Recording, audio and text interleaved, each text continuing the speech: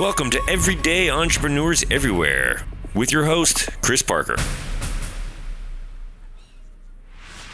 And welcome back to Everyday Entrepreneurs Everywhere. This is Chris Parker, and Mark Ruppert is joining us, I think from Washington, D.C., certainly in the U.S. And I'm here in D.C. There in D.C., and I have to share that this was a delightful, giddy preparation for me because of the 48-hour film project and what that has meant to me in my experience and learning in life. And I'm delighted for those of you watching the video to see the 48-hour film project shirt that I'm wearing from 2007. It's holding up very well there, Chris. I have this proud box, a pride box, and the 48 is really, really part of that. So for some people might not know what 48 is. We'll get into that. But first, Mark, what is it that you do and why are you doing what you do? Well, I'm the creator and founder of the 48-Hour Film Project, and it's an international filmmaking competition that I run with a small staff and a big network of city producers around the world, where we bring our filmmaking challenges to creative people who are looking to make movies. And why? Because I think this goes back to 2001. That's right. If I understand my dates correctly, and you started this, I think, with your sister. And I think, and tell me the origin story and why did you get into it, and why have you kept going for so long? You know, right. So what's driving you? Yeah.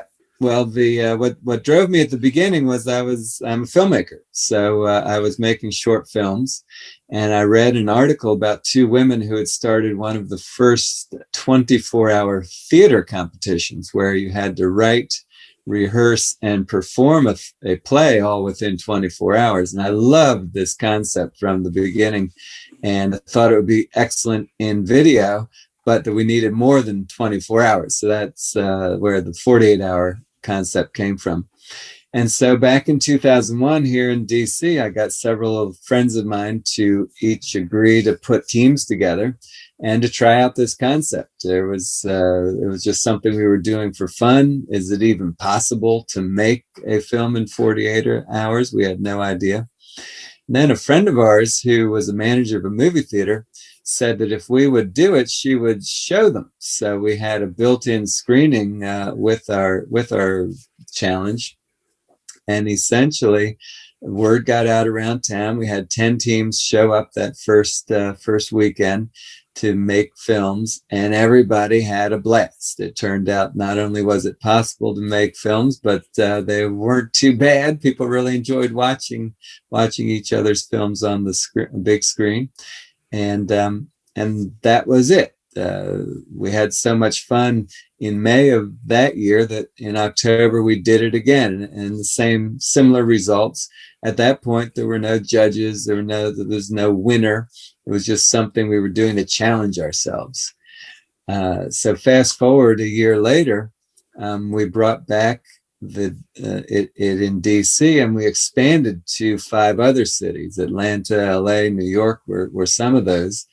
And all of a sudden, we saw that we had this possible business idea, at least as a part-time business. And that is basically the origin story. The concept that worked here in DC worked in every city. People loved doing it. They loved the inspiration to get up off of the couch and give them a reason to make a film. And then they loved the results. And Mark, you mentioned that other people love it. And I will soon share what I love about filmmaking in general. And I discovered this at the 48. What do you love about it? Meaning, what are the experiences or the moments as the CEO and creator and really the global producer of this movement? What tickles you inside that keeps you doing this year on year? Well, there's several things. One of them is certainly the relationships with the city producers. The city producers are the people who run the events in their own city. We're in more than 115 cities each year. and we've had some of them have been with us quite a while, and they've become quite good friends. So just that camaraderie is a big motivator.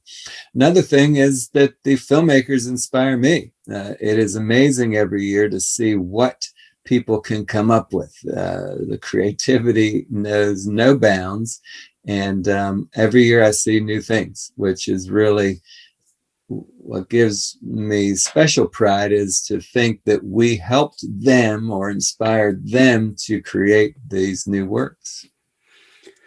And maybe we can get into some of the highlights what you've seen, but the thing that sort of got me hooked on filmmaking, because I was always pursuing it, and people who know me well, I had 3 life goals: make a movie, sing a song, and write a book. Okay. I've now done the first 2, and the measure of success for make a movie was I wanted to be involved in a feature film meaningfully, and buy a ticket to the theatrical, release of it, so I could say, Nice. buy a ticket. And I have the ticket. I have many of those tickets now, and it really stuck with the 48, because Richard Schut and me reached out to you, I think 2006 or 7 or something, and said, hey, can we license this for the Netherlands? But sitting in the cinema with the filmmakers and their friends and family, and I was, because I'd seen the movies already, because we were part of the judging and everything. Yeah. I was watching how these humans were interacting with their creation, and that whole moment was just so addictive for me. And we did it for a number of years, and I think Richard still does it. Mm-hmm. What have you seen as far as over the years? Because in 2001, digital wasn't really a thing yet, and so I imagine technically it was harder to make films in that amount of time. How have you seen the creative process progress over that almost 20 years? Right. Well, it's very interesting. So I actually had the idea before 2001, but the technology wasn't there at all. There weren't enough people who had access to computer editing. And so finally, 2001, is when we launched. And of those 10 first teams, the team that most people considered had the best film, they actually edited tape to tape. So they didn't even use a computer to edit their film. So that was an added challenge in 48 hours. But there's no question that we've evolved a long way, where in the first few years, we would even have some submissions on VHS, many submissions on DVD or mini DV tape. And now it's 99% on flash drives. So that part of the technology has evolved. What's interesting beyond the technology, and we could talk about cameras and editing systems, et cetera, all of that's evolved quite a bit. But what's interesting is that the common education of filmmaking has evolved. People have I guess the baseline of filmmakers, it has improved, so that we're getting a higher quality of films across the board. So that's just kind of interesting to see how that's evolved as well. It still comes down for the films that rise to the top is the story, right? It doesn't matter how great you can show it and what it looks like, as much as what is that story that you're telling. So that remains the single most important piece of filmmaking. Do you think there's a counter consequence of the rising skill or ability of filmmakers? Because one of the things that I really enjoyed in the number of years that I did it was watching a passionate team who was really bad. Just what they produced was visually not good, right? But they did it, and then they came back the next year, and you could see that they got better. They were driven. And is it still approachable for really the first time filmmaker? I think it still is. We're not noticing a drop off in that, but I agree with you that that watching the teams improve over the years is also very satisfying. We had this one filmmaker here in DC. I can remember that she was simply a team member. She was the boom operator for several years. Then she started her own team, and her first film wasn't too bad, but it comes to the climactic scene, and there's a chase down a hallway, and all of a sudden it just ends. There was no ending. They ran out of time. That was it. But the very next year they came back and they won an audience award. So you could see that steady progression. It was great. Now, for people who haven't experienced this, the way I describe the 48-hour film project is it's a volunteer weekend activity. So this is not a paid thing. Yeah. You need to organize your team in advance, and then you come to an allotted point. And when we did it in, well, at least Amsterdam and Utrecht. Also during the Amsterdam Film Festival, which is an added delight because they got little mini golden calves, which is nice, amazing. The organizers then provide. We had a black hat, and I still have it here. That you pull your genre out, and that could be anything from horror or comedy or a whole smattering of genres. That's right. And I think you change the genres or mix them up every once in a while, every year. Exactly. And then there's a character, prop, and line of dialogue that all the films have to have included.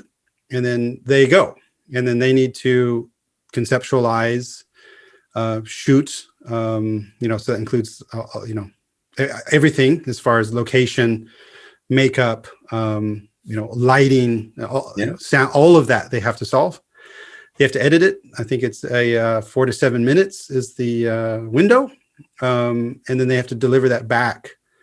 And that's where Richard was a lifesaver, because I was doing more of the commercial sponsoring marketing, and he was doing the technical stuff. And he pretty quickly realized that we needed some standards. And so you must bring in this format because then the producers go to work and have to consolidate that, get it to the jury. The jury has to watch them all. You have to have a jury discussion. You have to, and then screen it in a cinema a couple days later, which is amazing, that people could have, gone through that creative experience and within a week, see it in a cinema. So if you're an aspiring filmmaker, this is so much fun.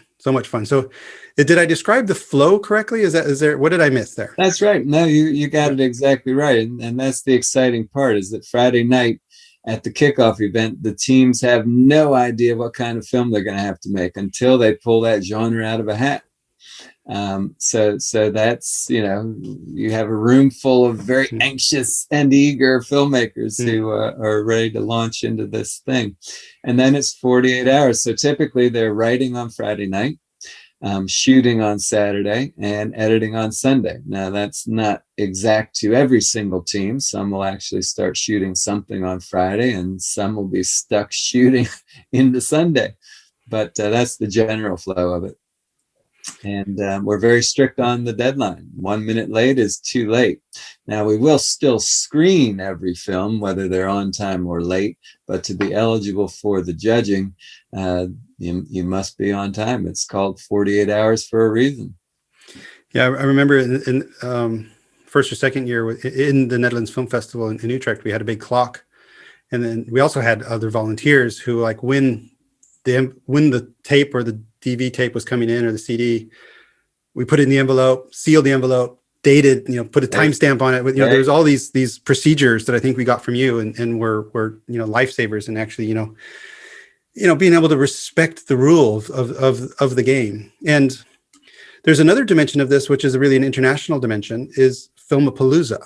And so which I haven't sadly been able to attend myself, but the winners of the cities are all then promoted to really this international competition that is then, there's another selection and award ceremony. Can you share that sort of story?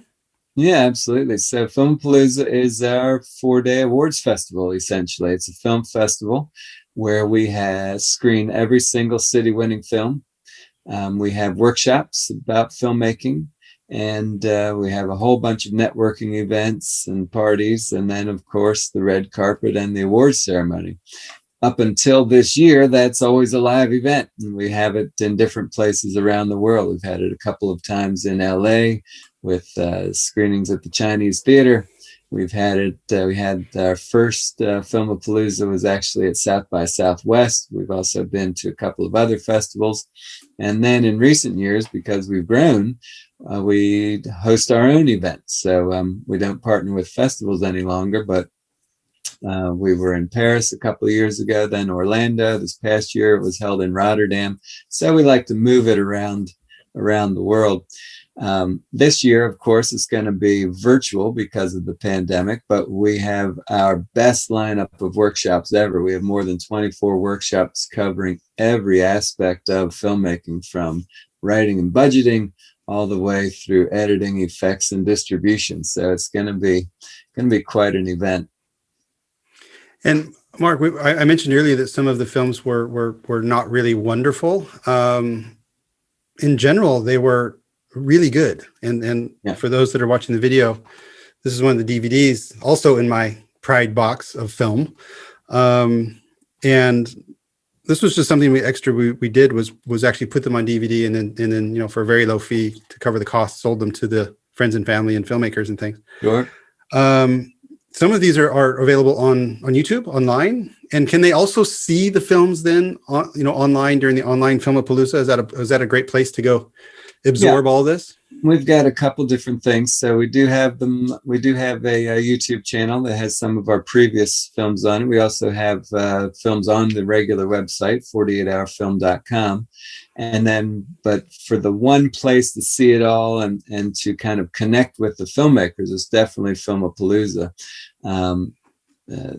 We do sell a festival pass for that, but that festival pass includes 80 short films as well as the workshops and all the networking events. So one of the great things about Filmopalooza, well, about the 48, is that it is worldwide. So you have like-minded people in 30 plus countries around the world, and Filmopalooza brings them all together. And we've had friendships come out of Filmopalooza. We've had collaborations come out of Filmopalooza. So it's quite or as one filmmaker said, it's like the Olympic Village for filmmaking. So it's a really great experience.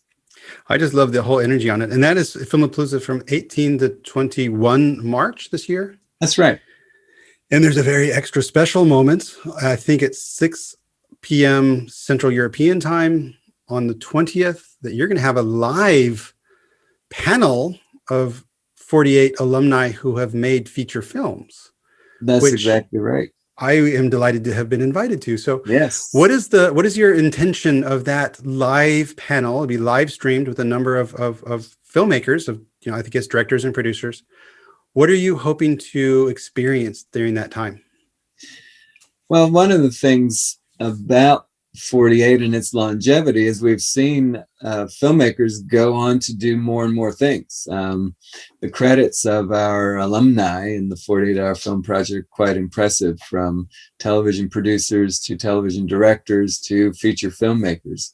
And since so many of our current participants aspire to doing that, going to the next level, I thought it'd be interesting to hear from you and from 3 other panelists on exactly how they did it, because each of you did it slightly different. We have Hannah McPherson, who's now located in Hollywood, and she's made television series for, as well as some feature films, but working with some of the networks. We have Wayne Slayton, based out of Houston, and he's got a film that's won a whole bunch of festivals and is now on Amazon Prime. And then Jonathan Zuck used a very interesting method on his last feature film, which he had a road movie, and he actually shot it on the road from Boston down to Miami. And working with him, I connected him in each of our 48-hour cities with a different film team. So essentially, he had a series of weekends, or not even weekends, because it was a constant 21-day trip, where he would travel with his essential crew, three cast, and they would partner with a different filmmaker in each of the cities and got their film shot in relatively quick time. And I'd love to hear, how do you believe myself, and with Christian, of course, have done our films? What would that story sound like? Yeah, what I'm most intrigued about you all is to hear how you,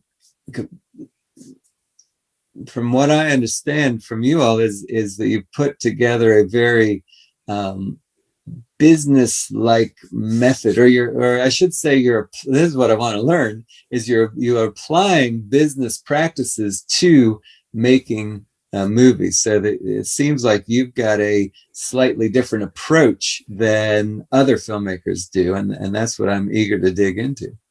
Love it. Well, we'll talk more about that. I've been involved in as a producer in 3 movies. The Right Juice was the first one. We made that in a very traditional way. Right. So, and that cost about 150,000 euros when it was all added up, and we made more than half of that back.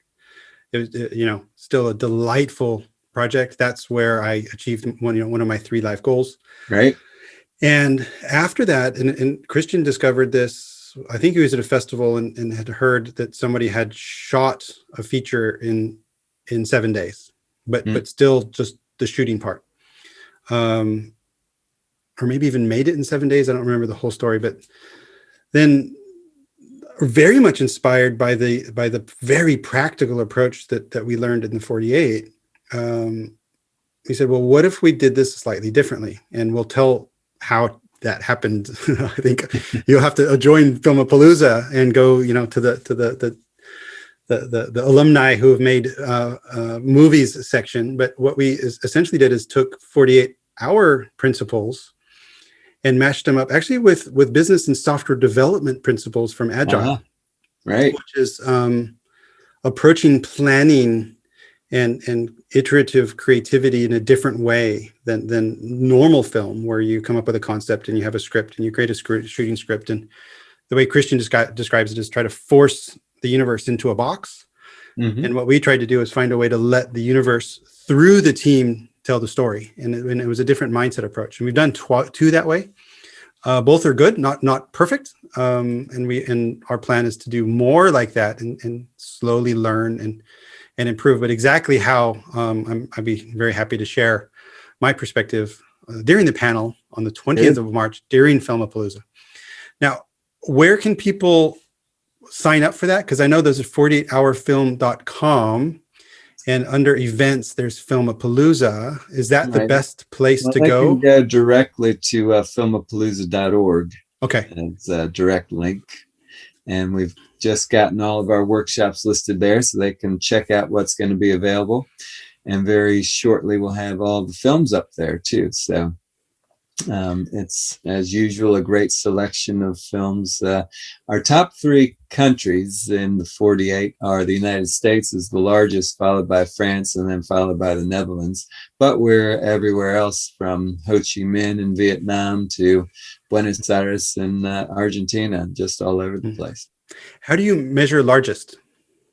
This is strictly going by the most teams that participate each year. Okay. Well, excuse me. For the countries, we're talking about how many cities we're in.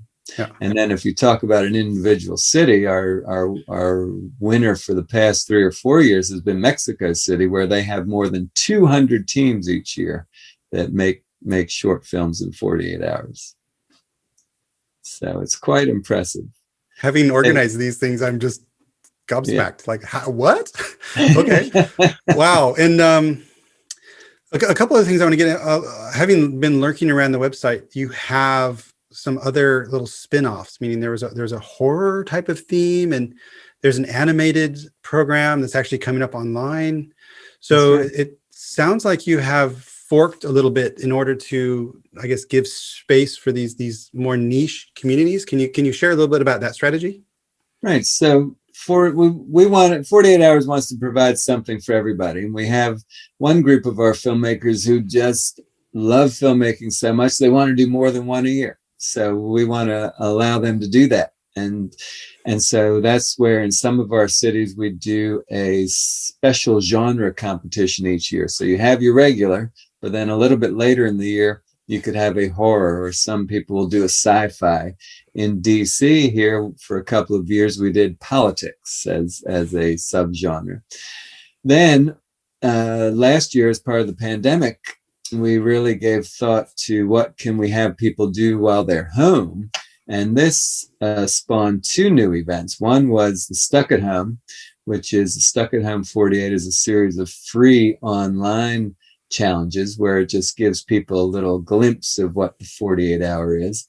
And then, as you mentioned, coming up in mid-April, we created our first ever 48-hour animation project. And the big difference with this one is instead of only 2 days, we give you 4 days. It's actually called the 48 times 2 animation project.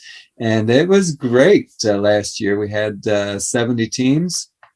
And the submissions were quite impressive, and they really ran the gamut. You could have 2D animation, 3D animation. We had some that were really works of art, and some that were much more traditional.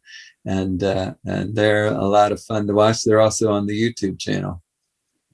Great. I will pull out into the show notes some of the links to the filmopalooza.org. I'll find a link to the animation competition coming up, so Super. People can just find that, and then maybe link to a couple of the YouTubes, because there's so much. It's the breadth of creativity coming from this is absolutely incredible. So I'd like to dive into the dark side a little bit, because I noticed and we've talked about this, in the past, in years past, but there are copycats. And you actually have a copycat disclaimer on the bottom of your website. That's the first time I've seen that type of thing on a website. I guess being copied is really what do they say? That's the sincerest form of flattery. Exactly. Still aggravating, but it. Yeah. It So how often often are you flattered by competitors? Because if I remember right, there's people who have basically even stolen the not only the format but also basically the name sometimes. Yeah, sometimes. Most of those have now have gone away. So that's good. It's something that happens less often now. And one of the things that people have not been able to do is to get it on the scale that we have. And so that really, when it happens now, it's happening strictly on the local level.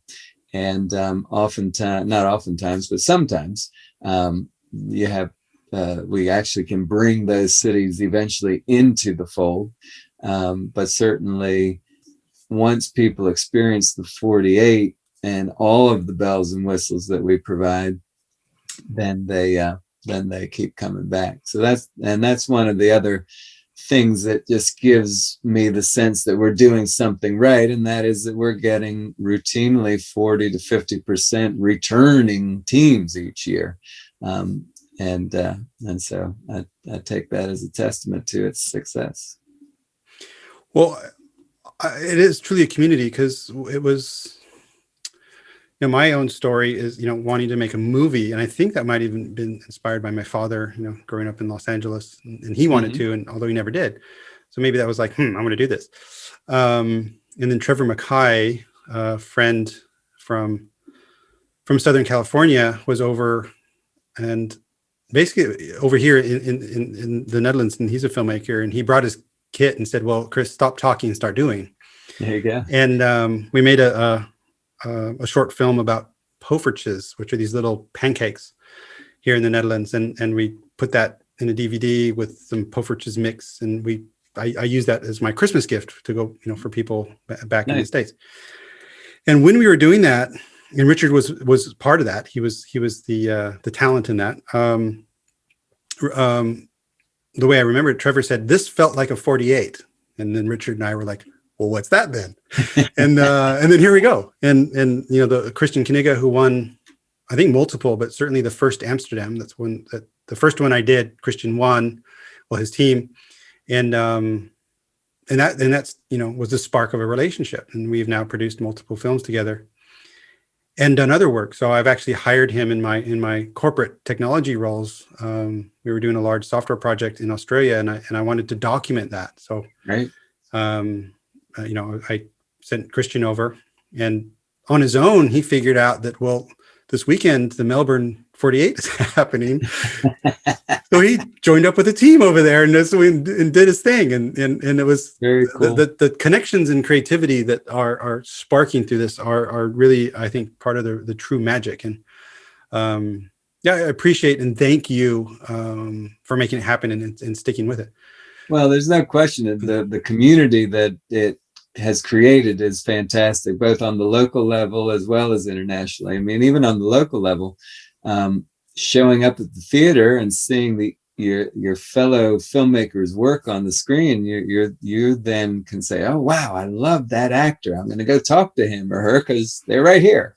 Or wow, that cinematography was fantastic, maybe I can get him to work on my project, that type of thing. So it's really inspired a lot of bonds.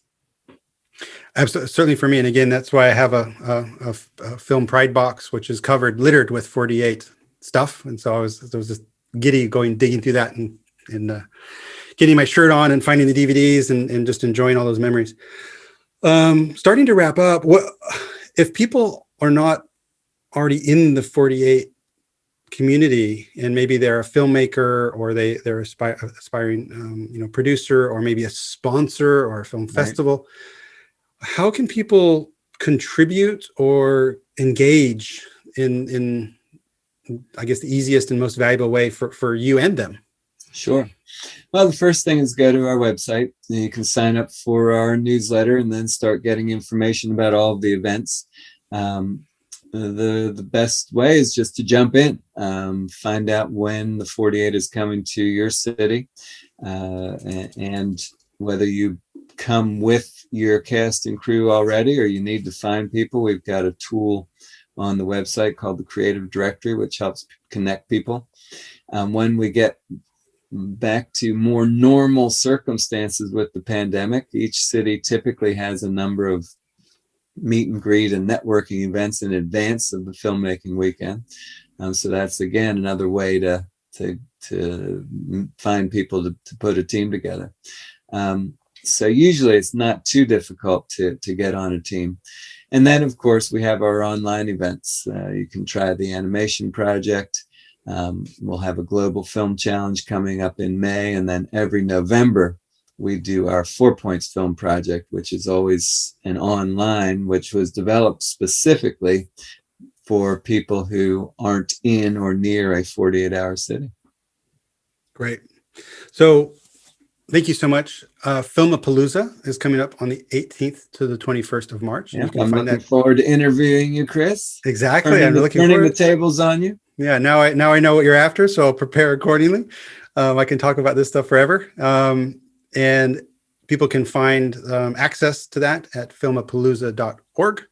Get access to those days, and also 48-hour, as in the numbers, 48, and then hourfilm.com is where you can find more information about everything we've been speaking about. So, Mark Ruppert, thank you for joining, and also, thank you for keeping this thing going.